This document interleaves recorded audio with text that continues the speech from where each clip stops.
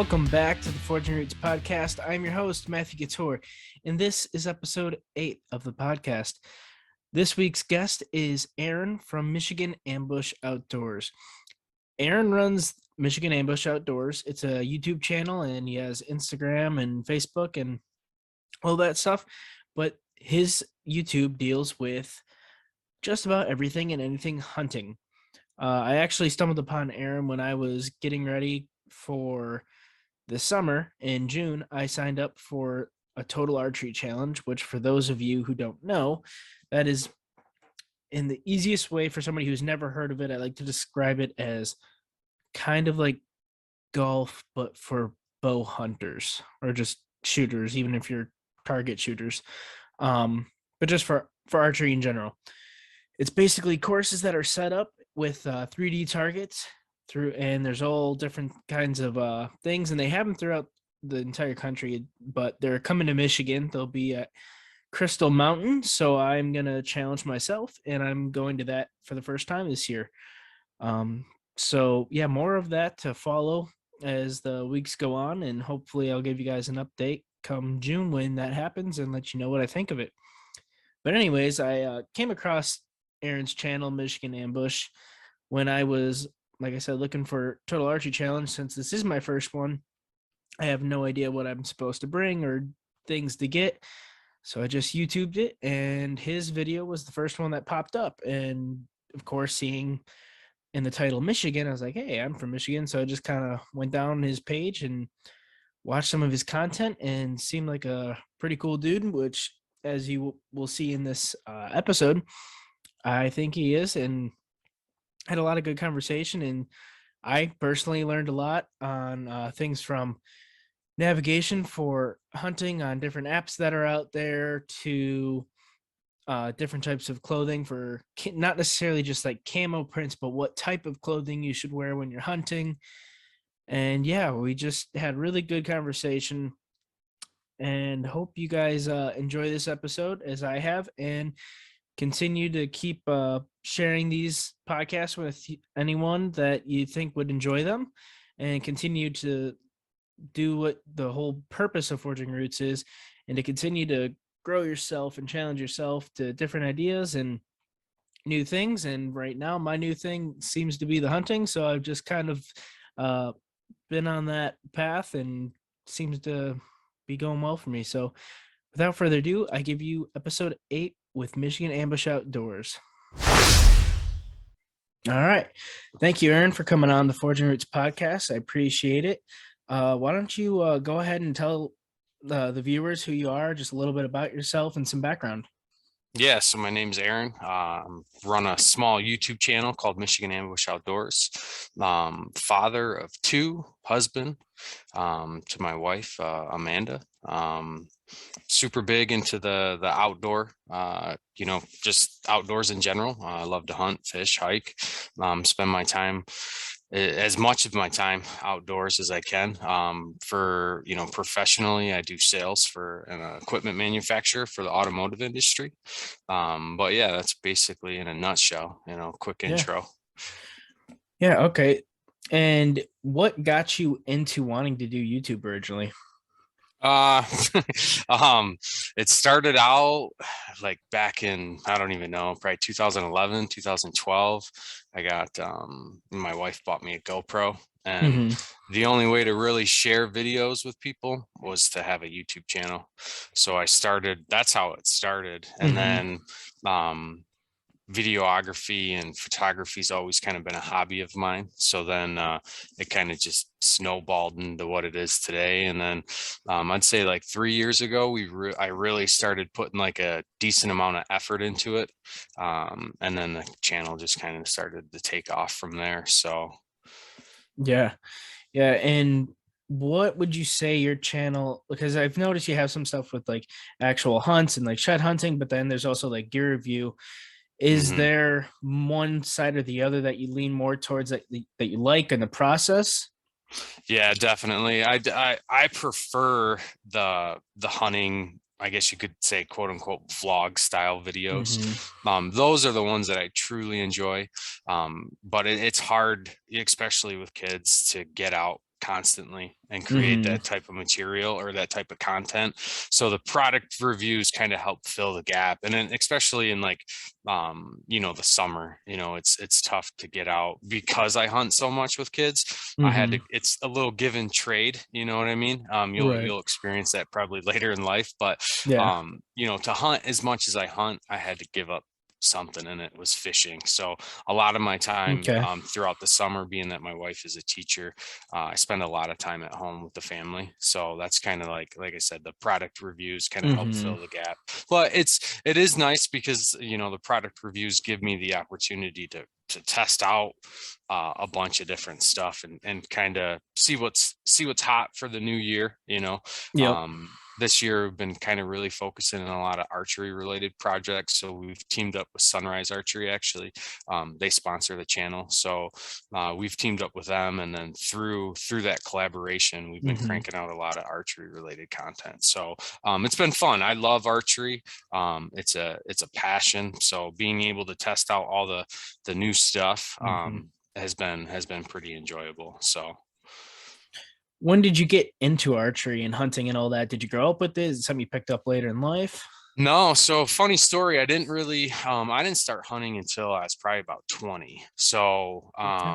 and actually, a couple of my friends, close friends, got me into it. They invited me to go up to their property out in Port Sanilac. So when I first started hunting, it was just gun hunting only. That was the only time I ever went. And then, I'd say maybe like mid 20s, that's when I probably picked up my bow. Mm-hmm. And then I started archery hunting for a small stint. I shifted over. I hunted with a crossbow for like 2 years. And Okay. then back in I'd say 2018, I got back into archery, and then heavily in 2019 because I did a archery elk hunt out in Colorado. So Oh, ever nice. since then, I haven't touched a crossbow since. So I sold it, bought my VXR, and then I got lucky last year. I won the V3 at the Sunrise Archery sponsored event. So Oh, nice. yeah, it Yeah. was pretty sweet. So Yeah, I'm pretty similar in the same way. I just got into hunting and got like all this stuff. This is new. I've never been hunting until last year and 23. So this is the first time I ever went and kind of figuring out on my own through videos and don't really have like any friend. I do have friends that hunt, but not like super close. And we've all grown apart since college and all that. But mhm. same thing. I got my bow. Originally, I was just like, well, during the pandemic and everything going on with ammo shortage and its prices going through the roof, I'm like, I need something that I just like the idea of shoot. I like to shoot in general. Yeah, And I was like, well, if I get a bow, I at least can retrieve my my ammo and not have to yeah, spend so yeah, much every time. So yeah. got that and been shooting for like about a year and a half now, and only did one sit last year because I ended up getting a little busy during the fall, but still wanted to at least just get out there and get the experience. And yeah, it was. I saw one. I sat all morning long, didn't see anything until like 10 o'clock. There was one 6 point, but it was quartered to me behind a tree. It was like chip shot 20 yards. So I definitely got that buck fever, but unfortunately, it went back into the brush and I couldn't get a clean shot on it. But Yeah. Yeah, at least you definitely, didn't rush it though. yeah, no, There's I nothing was, worse than taking a bad shot. That'll yeah, haunt you for a long time, man. yeah, So yeah, it was pretty surreal. And yeah, same thing. I'm mid 20s right now and trying to get into it and figure it out as I go. But it's been a fun journey. yeah, and it will continue to be. It's like for me when I first started hunting, it was like I said, they more or less started out as like, hey, this is like a guys' weekend. We'll go up. It was Mm, like your typical Michigan like hunt camp come gun season. Like, and coincidentally, my birthday falls on opening day of gun season. oh, So like we'd go up for the opener. It was my birthday. We'd go up there for a week, but that's kind of like where it ended, right? Like once we come hmm, home, okay, that was a good time. And I didn't really obsess about deer season where like now fast forward I'm 36, and it's like it's pretty much on my mind. I'd say Mm-hmm. 24/7, like 365. I'm constantly thinking about hunting and, you know, how to get better, how to improve. What did I learn from the year before? What Mm-hmm. mistakes did I make? And then, like I said, it's like you're always evolving, I feel like, as a hunter. And that's one of the best things about it. So yeah, it's a fun journey, man. But it definitely turns into an obsession. Yeah. So get ready for that. And it's an expensive hobby too. It gets real quick. It can be. Yeah, it can be. Like, I always tell people, like, if my wife really knew what I paid per pound for venison between gear, tags, and gas, yeah, she probably wouldn't be Oh. too hip on it.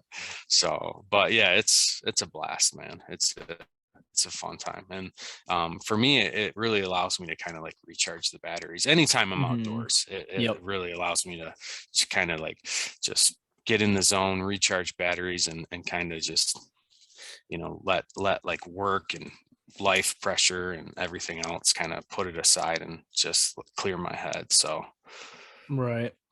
Yeah. Do you fall into the camp too? I know a lot of people, like when they go hunting, is this something you do because of like providing for the family and knowing where that meat comes from, or is this just more so you just enjoy the hobby of it?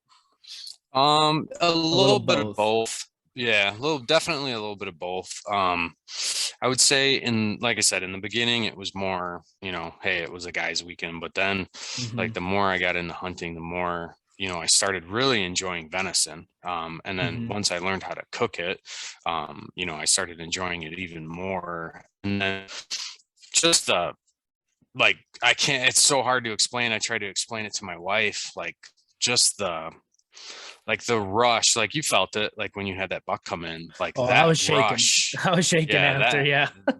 that rush, and like, that feeling of, especially like if you're able to harvest like a doe or a buck, it Mm-hmm. doesn't really matter. Like that feeling, I feel like is really what you get addicted to. Like, and you always chase that experience again, Mm-hmm. and so for me, it's kind of both. Yeah, it's like I'm very passionate about hunting. Like I said, I love my time outdoors, but I also really do. The main reason I'm out there is for the meat. So, Yep. yep. And for me, like, my wife doesn't even eat it. So, like, yeah, it's only Okay. me. Yeah, like my kids, they're pretty young. I've gave my daughter some, but my son, the only thing he eats is like chicken nuggets and French Yeah. toast. So, but I'm sure later down the road he'll get it. So, we'll give him some, Yeah. introduce him some venison. So. Yeah, that was one of the other factors of like me getting into this is when everything with COVID first hit and the shelves were all cleaned out and just going, crap, how am I going to provide for myself and my family? How are we going to get this stuff? And just understanding and kind of like, okay, maybe there's something else I need to be doing here so I don't have to rely on having to go up to the local Kroger and then Hmm. there'd be nothing there. Um, so that's my main goal for this upcoming fall is to get stuff to last through the winter, get some food to provide for the family. Um, but is there a like dream hunt that you would like to go on that you haven't yet?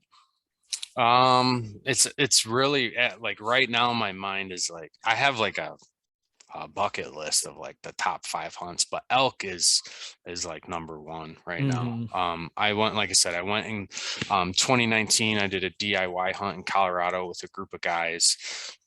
Amazing experience. Like, coming from Michigan and Mm-hmm. sitting in a tree stand or a ground blind for hours on end, shifting over and doing, like, because like when I first started getting into the outdoors, it was hiking and backpacking. So like then you combine that with hunting, and it Yep. was just like a next level experience. So like we did see a couple elk, but we never got a shot. And actually, Mm-hmm. none of the guys in the group, none of us got one, but it was an amazing experience, and I would encourage anyone has gone. If you're thinking about going, make it happen, especially when you're young and you don't have Mm-hmm. kids. Go as much as you can. But that right now is like my primary. That's like the top of the list, right? Like the bow, and then eventually, elk hunt here in Michigan. I'd probably do that one with a rifle though. So, Yeah, I but was yeah, gonna say that's up there. Like I'm trying to take baby step at a time, at least get a deer. But I definitely yeah, watching all these YouTube videos, man, and like Joe Rogan, John Dudley, and all those guys, and you see these elk hunts. I'm like, oh man, Montana elk hunt just looks so amazing of an experience, yeah. and to get one like that's like same thing. That's one day bucket list. Want to do it. Um, but yeah, it's definitely I don't know what it is, but something about the elk, it's just the animal itself is just so majestic in the way it's out there. And like you said, it's a lot different than just sitting in a tree blind. Oh You're yeah. out on the move. And that's like one of the factors too that I've been doing of like in the past, I've gone on to phases through high school and stuff like, oh, work out, don't work out, you get busy with life. But that's given me another reason to like get in shape of like, if you're going to be hiking these mountains, they're not easy. Yeah, Uh, no, you definitely, yeah. It's if you're gonna do it, you gotta commit. And like mhm. when I locked down our trip or my trip when I was going with those guys, like I trained for a year. I was in the gym like, probably 4 or 5 days a week, religiously for that whole year up until that hunt. And I still feel like I probably could have trained harder because like Mhm. I did okay, but adjusting to the elevation is tricky. So that's what kind of gets you. Like you could be in the best shape and then someone from Michigan, where you got no elevation, and then all of a sudden you're in 10,000 feet, Yeah. 8,000 feet. Yeah, it takes a toll on you. It was Mhm. exhausting. I had no trouble sleeping at night, I could definitely tell you that. Like even though we were on the like sleeping on just blow up Pads. sleeping pads. Yep. um but it was amazing, man. Just being out in the mountains, like because we did 5 days. Our first, we went to 3 different spots. Our first, actually the second, we were there for 5 days in the back country, sleeping on the mountains, and it was that was an amazing trip, man. It was like I said, I would encourage anyone to go. It Mhm. was and like seeing an elk was, I told myself, I was like, if I'm just going to learn, I want to learn from these guys because they've been going for years. I was like, I Mhm. want to learn from these guys. If I see an elk, it's a win. If I get one, it's a bonus. But Right. it was the first day I ended up getting within 50 yards of a bull. And when he stood up out of his bed, it was like, oh my gosh, man, it looked like a horse. Yeah. I was like, dude, that thing is massive. They're so much bigger when you see them in person. But Mhm. yeah, it was an amazing experience. Like I said, I would highly encourage try to make it happen sooner than later. Yeah, for So sure. because now with kids and stuff, it's hard. Like I would love to Yep. go back out again. And the guys that I went with, they've been every year since. I went in 2019 and I haven't been back. So Okay. I told them probably not this year, but 2023, hopefully. If those There we guys, go. they're all older, so I'm hoping that they still got Still they got it. still got the energy. Yeah, yeah. Yep. So they keep telling me, they're like, man, we're gonna be too old, man. You keep cranking out kids. I was like, yeah, but That's like funny. these kids are keeping me from going, man. But yeah, it's all good. So I got plenty of time. Yeah, so one thing I know like with hunting in the past and like kind of a stigma behind it is that some people like you have the side that wants to grow awareness for it and grow it, and but then there's the people that want to keep it to themselves. Have you found doing the YouTube and reaching out that people are more willing to help, or are they kind of more closed off and keep the secrets to themselves? Like in regards to like um what's the word I'm looking for? Like in regards to like tactics or like knowledge of hunting. Tactics, knowledge, because I know everyone's got like their spots. So that's Yeah, yeah, usually that's a when you good got one. your spots. Like obviously that's not when you give up. Yeah. Um, but yeah, just in general, like tactics and like some people don't want to get other people in. Like I've talked to people that don't want to get Yeah. into hunting because that's one more person out in the woods with you that could take possibly your deer. I didn't know if you've really, because everyone for the most part that I've come into contact with, super helpful, very knowledgeable, Yeah. and wants to like keep that going on for generations. Yeah, you almost have to, because like if we don't, if I mean like numbers are for hunters are already down. Like if you look Mm-hmm. at historical numbers versus numbers now, like the younger generation is just not showing as big of an interest. So like for me, I'm always willing to try to help or school or to teach someone or Mm-hmm. to bring someone out. But it comes down to like the time, right? So like, and it comes down to like, is this person gonna hunt the way that I hunt? Like, you know what I mean? So those are the Mm-hmm. questions that come into my mind. Cause like if I go out, I'm usually out there all day. So like people ask me, they're like, hey, will you take me hunting? I'm like, yeah, you gotta be at my house at like 3 a.m. And Yep. we're not gonna be home until probably like 6, 7 o'clock at night. And they're like, yeah, no, I don't know if I want to do that. So it's it's kind of it's hard, like I'm definitely open to teach anyone and to get definitely younger people Mm-hmm. into it, but like I said, it's a little sometimes, people they're different about it, you know what I mean? But if Right. it wasn't for my buddies, I don't know if I would ever been got into hunting, you know what I mean? So Right. like I said, if it wasn't for those guys, I wonder if I would have got into it myself, you know what I Mm, mean? So absolutely. Yeah, that's kind of because that's kind of why I do like the podcast. That's one of the reasons is because I want to talk to different people at different things because of the reason like I didn't have anybody that introduced me to hunting, but I found a rabbit hole on YouTube with Joe Rogan and John Dudley and mhm. Andy Stumpf and all them, and seeing that got me interested. Like, what's this elk hunt thing they keep talking about, and all these really crazy stories, and just go down that rabbit hole. And now that's one new person that they got into hunting, and that's like, well, I'll try it out. So I do like you do in the YouTube and finding that I found you because I was looking like going to TAC this year. I'm like, I have no idea what's to expect. I'm not going with, I didn't know anybody going. I just signed up. I was like, all right, we'll figure it out. Then I was like, crap, what all do I need to go? And then searched it and your video popped up and just things like that where it's like, ah, oh, sweet. I got some information. I can get some help on that. But Yeah. could you kind of share some more on TAC and kind of what it is for somebody who might not know and kind of the experience that you've had with it? Yeah. So, I mean, the total archery challenge, like really to sum it up, is like the like most next level archery experience. Like if you've ever shot 3D archery, so like there's target archery, which I basically started on, right? You just shoot a bag target over and over, and then you have like 3D targets, and like the 3D course is like probably one of the best ones that I've been to in the local area is Land O'Lakes Bowman out in Fenton. They Okay. have an amazing setup and they have shoots that are open to the public, like, and they're starting now. I think they run one like every month or something, but like if you go there, you get a feel for what 3D archery is. But then Mm-hmm. you go to TAC and it's like I said, it's like next level. Like they're like when we went, the first last year was my first year. We shot the knock-on course, and then we shot the prime course first. And I don't think there was like a target that was like under 60 yards.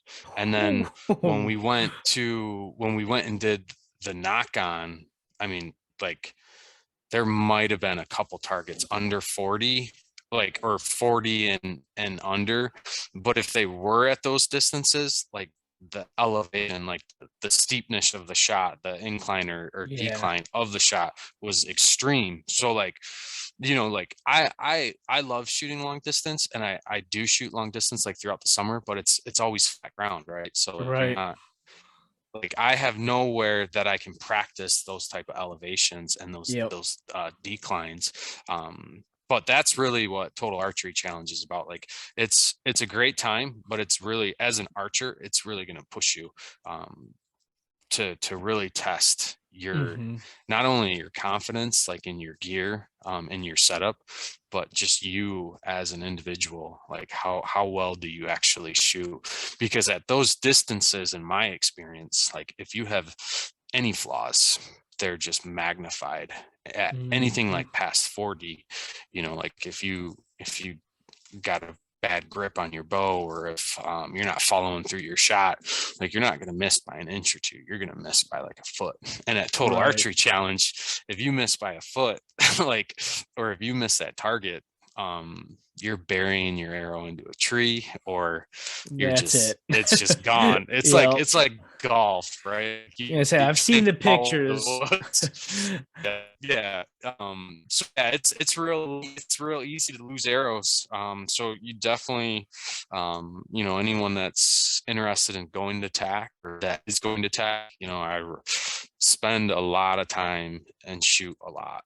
And it'll save you some money in the long run. Yeah. So, Yeah, but absolutely. I saw that, and when I was at Sunrise last week, I was like, "Yeah, I'll take a 2 dozen, please, on the arrows, yeah, oh get me yeah. set up, and get that going." Because I mean, like I said, I've only been shooting for a year and a half, and I got an acre lot in the backyard, so like it's flat, like you said. I've not had anything with any angles or nothing like that. And I know that's what tack is. So it's like trying to get ready for it. And I'm excited, but Yeah. also like it's gonna be a big learning curve. And like you said, definitely expecting those flaws. And it's just gonna be a whole new experience of like figuring out angle composition and what does that mean for the arrow and the trajectory. Where do you really need to hold? And like Hmm. that's like I've not hunted with a rifle at all. And not that it's easy, but it's in my mind when I like was debating between the two, do I get a rifle or do I get a bow? There's just so much more that goes into the bow that it intrigued me more. I don't know. Do you have one that you like more than the other, or do you like both in different ways?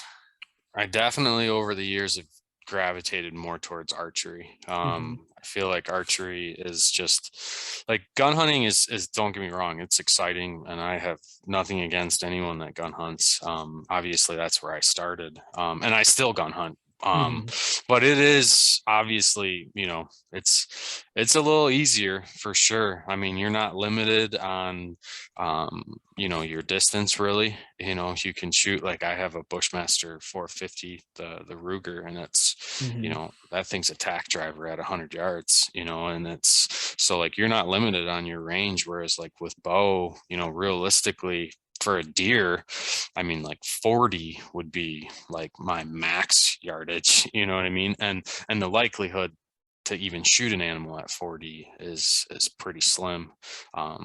But yeah, it's just so much, there's so much more that goes into it, the scent, your movement, which has been, as a hunter, like one of my biggest downfalls, is movement.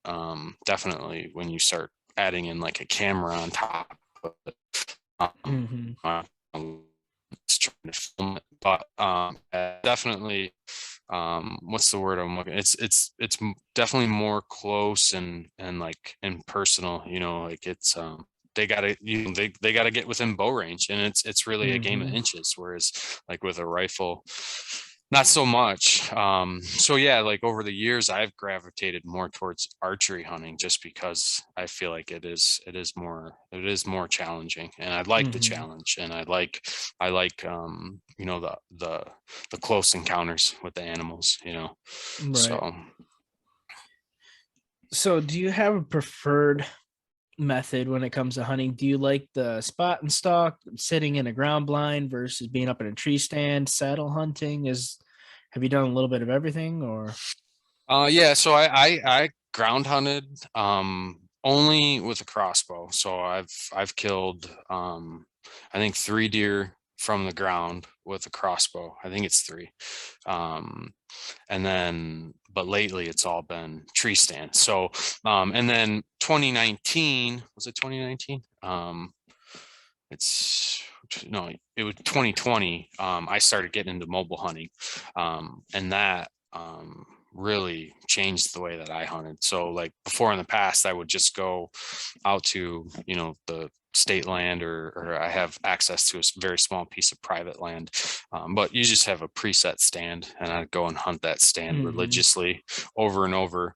But I think it was 2020. So in 2020, yeah, because I got skunked, I had tag soup. So 2020, I saw um, like numerous deer, like nice bucks, shooter bucks, all within like gun range, but all outside of bow range. Mm-hmm. And I'm sitting in my tree stand the whole time, like, man, if I was only on that other ridge, because I kept walking that same ridge, man, Mm-hmm. if I could only hunt that ridge, if I could get closer to that ridge. Now I could have went and ground hunted it, but with ground hunting with a bow is challenging, very challenging. You definitely have an advantage being up in a tree.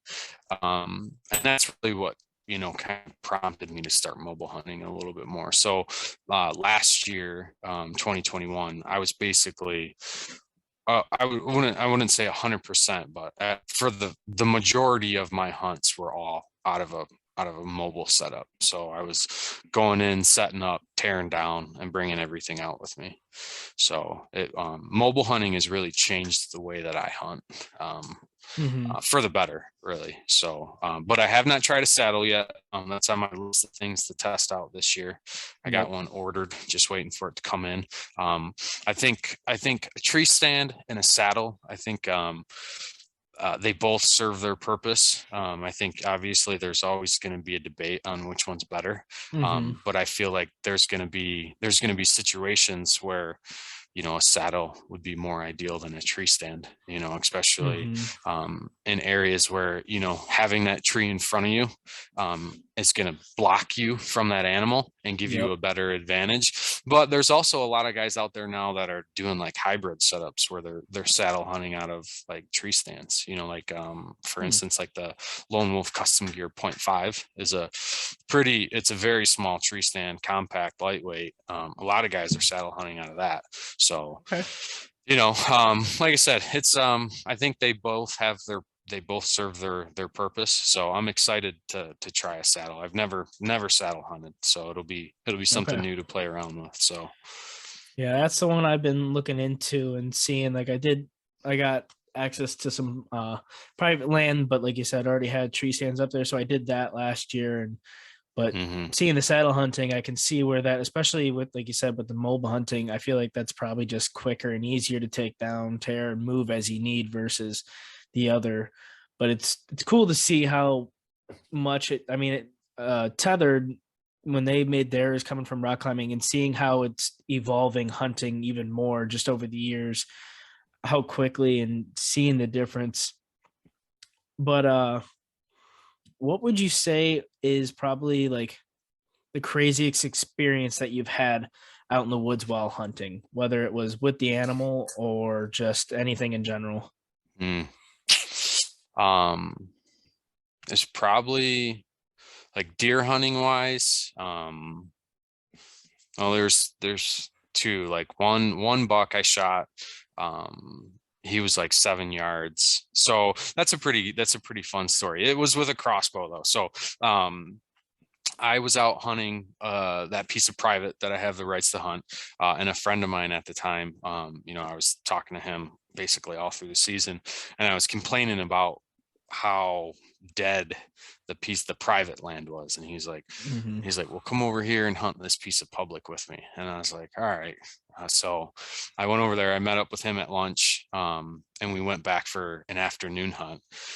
And he brought me back, and like, I mean, it doesn't seem far now, but like for someone who'd never walked, a mile into the woods, go hunt, like, and look across the swamps, I'm like, holy shit, man, like this is some work. So we get across the swamp, and we get to the trail, and he's like, all right, my stand's right over here. And I was like, well, where am I gonna go? He's like, I don't know, man, just go that way, go find a spot. I was like, I've never been here before. I was like, I Right. got no intel on this spot. I was like, all right, whatever. So I headed north, and I started walking through the woods, and I was up on this flat. Basically, it bowls out on both sides. There was a swamp on one side, and then just like an oak bottom flat, I guess you could say. So I'm up on this bench basically, and I'm walking in, and I start seeing like, I'm like, oh man, here's a rub, there's a rub, there's a rub. I'm like, oh man, here's a scrape. I was like, I guess this is the spot. So Mm-hmm. I sat down next to a tree and got comfy, and like I'd say an hour before dark, it was like the woods just lit up. Like I had a buck come chasing a smaller buck off of another ridge. The buck ran like, he was like within 10 yards of me, ran by me. I was like, so that was like the first, Oh, I was like, holy smokes, what the heck? right. And then shortly after that, I had another 6 point that came in behind me, and he was working a scrape. He was within 40 yards, but I couldn't get a shot. So I'm like watching this deer, and then like he goes to turn around and walk away, and I started grunting at him with a grunt call to try to pull him back in. And he just kept walking. So I like turned around and I was like, holy smokes, man, that was crazy. Mm-hmm. And I'm sitting there, and then all of a sudden I hear something. I hear like a twig snap. And I'm like, so I'm like looking back over my shoulder to where I just saw that deer making that scrape. And I was like, it didn't come from over there. And then I just turned my head and I looked left, and I could see him walking out of the thickets. And he comes walking out, and I'm like, so I'm just like, I'm froze. And he walked behind this big tree. And I just lifted up the crossbow, and he walked, it was like 7 yards. He walked right in front of me and Wow. stopped. And at that point, like, I think he knew.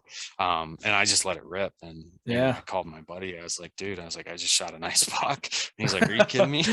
So That's yeah, so crazy. that was, yeah, it was a pretty crazy crazy hunt. It was fun. Yeah, it was, like I said, that was close. That was the closest Yeah. I think I've ever shot a deer at 7 yards on the ground. It's a lot different on the ground than it is up in a tree, man. Yeah. It's like next level exciting. So but yeah, so that was probably, I'd say that was one of the crazier hunts that that I can recall off the top of my head. So Okay. Yeah, and one thing that kind of popped in my head as you're saying that, do you have something like when you went to go hunt the public land and you're looking like I don't know this area at all, do you have any kind of like apps that you use for navigation and finding things, or do you like I know some guys just use old school topography maps and will use that. Do you have a method or system that you use? yeah, back then, no, but now with Onyx, I mean, there's a lot of other app companies now. They're popping up more and more, but Hmm. Onyx is the first one I've ever tried. And I'm just so used to it. I'm like stuck in my ways. So I use Onyx now. And I just use it on my mobile device. So the first time I went to Colorado, not for an elk hunt, it was back in 2017. I went there for a vacation and we did some hiking, and I bought a GPS, like a handheld Garmin GPS. Hmm. Um, and when I went on my Colorado elk hunt, I was like, I'll bring the Garmin GPS with me, but that thing never left the truck. It is like the technology on your phone is insane. Like, Hmm. basically I preloaded all my maps because we weren't going to have service. So on Onyx Maps, you can run it offline. So you're still using Okay. satellite location, but you're not, you're not using any of your Mobile data. data. Yeah. Yeah, because obviously you don't even have any, you don't have service. So that worked flawlessly. I was shocked actually how well it worked. And so ever since then, I've sold my GPS and now I just use Onyx. So if I'm Yeah. ever like interested in an area, or if I'm looking for a new piece of public that I want to go test out or I want to go scope out, I'll just e-scout it on Onyx. I Hmm. also use Google Earth quite a bit. So like Google Earth will definitely allow you to see a little bit more of like the terrain. I feel like Hmm. some of their imagery is more updated than Onyx. And then what's nice about Google Earth is you can also look at seasonal imagery. So like in the Mm. winter, like you can see like what trees are still holding some of the leaves. So like that give you a better idea of like, okay, that might be a better tree that I could scope out to possibly hang a stand in, just Right. because you're not going to get skylined. But between those two, Onyx and Google, that's basically what I use. So I'll e-scout it, and then I'll use Onyx when I get there. I'll mark pins on my Yep. computer, and then I'll go verify if those pins are where I should be or where I want to hunt. So, and then I Okay. check them off the list. And if I'm going out to a new one, what's nice about Onyx is you can like track yourself. Mm-hmm. So like I'll track myself going in. So then when you're coming out in the dark, you got an idea of Yeah. which way you need to go. Right. That's helpful. So yeah, no, it's changed. I mean, it's like when I first started hunting, you didn't have that stuff. So like, Mm-hmm. you were walking in blind, you had a compass, so, but it's, with the apps and the maps that are available now, it's insane. Mm-hmm. So, but All right, I got one more question for you. When it comes to hunting gear in general, and more so the camo, people kind of like, I feel, get worked up about this, but for somebody that just wants to initially get out and go in the woods, what do you like? What's a good beginner like camo get up, and then give me something like top of the line that you recommend, you think works best. yeah, I mean, if you're just getting into hunting, I mean, you go, I mean, I'd say like Under Armour, and even Under Armour gets a little expensive, especially when you start looking at like some of their late season stuff. Mm-hmm. But like if you're just getting into it and you're like, man, I don't even know if I'm gonna like this, just go. Like, I mean, you can go on like a lot of like Facebook sites and buy secondhand stuff, or go on Marketplace and buy secondhand stuff. Or if you don't want to do that, you can go to Walmart and pick up some real tree stuff. I mean, it'll definitely get you through the season. Mm-hmm. The only downside to the cheaper stuff is, in my experience, is the weight. It's usually it's bulky, it's heavy. It'll keep you warm, but like I Mm-hmm. said, it's just heavy. Now, like for me, I I ran Under Armour camo forever, until my archery elk hunt. Because like on that style of hunt, you can't carry multiple days worth of clothes, right? So Mm-hmm. that's what kind of spun me into looking at merino wool, and because of the odor resistance. So like with merino wool, it won't stink like synthetic layers do. So like with like a Mm-hmm. synthetic layer, you wear it once out in the woods, and if you sweat, that shirt stinks for days, and you got to wash it. Whereas like merino wool, it does not hold the odor. So I wore the same shirt. I brought a long sleeve shirt, a hoodie, and I brought 3 pairs of boxers and 3 pairs of socks, and that's all I had for 9 days. And the merino wool like changed my perspective on hunting gear. So it's not so Mm-hmm. much necessarily like the camo. Last year I started playing around with like running solid colors. Okay. So I ran solid colored pants. I didn't wear camo pants at all, but I wore camo tops. But for me, I prefer the merino wool. And another reason that I prefer the merino wool is the weight to warmth ratio. So like merino wool is extremely lightweight, but it's also extremely warm. So like, Mm-hmm. like for years I would layer up hoodies, big bulky coats. So now I'm basically down to, I wear a base layer, synthetic base layer, and then I wear a merino long sleeve shirt, and then depending on the season, I can get Mm-hmm. away with like a merino hoodie, with a vest pretty much all the way until November. And then in November, I'll bust out another heavy merino layer. Mm-hmm. Um, and then if it gets real cold, I'll wear a puffy coat just underneath my Right. my merino hoodie. But yeah, so like start want to continue to hunt, get your stuff from Walmart, feel it out. If it's Mm-hmm. something you're gonna stick with it, then yeah, like my recommendation is merino wool. The only downside to merino wool though, is it is not nearly as durable as Okay. some of your synthetic layers. So Right. that's one thing that you got to take into consideration, especially in Michigan. Like if you get caught in a thicket with like briars with merino wool, it's toast, dude. You're not coming out of it with that shirt. It's gonna shred it. So like for me, I won't even wear my merino wool into my stand. I'll Mm-hmm. wear like a cheap, like, well, it's an Under Armour synthetic top. I'll wear that to my stand, or to the tree to where I'm gonna hunt, and then I'll get dressed in my merino after I've like climbed or set my stand, and then I'll switch out into my merino wool. So again, just to help kind of contain that odor. Okay. But yeah, so there's other good brands though. Like so First Light is I've you know I like First Light gear. I like their camo. I like their merino wool. But there's other merino wool companies. Hmm. Sitka, obviously, they're another very high-end camo company. A lot of their stuff is Nope. all synthetic based though. So, there's high-end companies that make both. But like I said, for me, the big thing is the odor control, and then the warmth to weight ratio Hmm. is really like kind of what I've honed in on, and that's kind of like a lot of my camos is merino wool. So Sweet. Yeah, well, I appreciate you coming on here and speaking with me. Where can people get a hold of you and all your socials and all that? yeah, so on YouTube, you can just go to Michigan Ambush Outdoors. You can look us up on YouTube, and then from YouTube, we do have a Facebook page. We also have an Instagram page. We have a website. The website is MI Ambush Outdoors. So we do sell a little bit of merch. You can reach out to us through the website. Primarily, the best way to reach out to me is like through Instagram. Yeah. So if you look us up, it's just Michigan Ambush Outdoors on Instagram.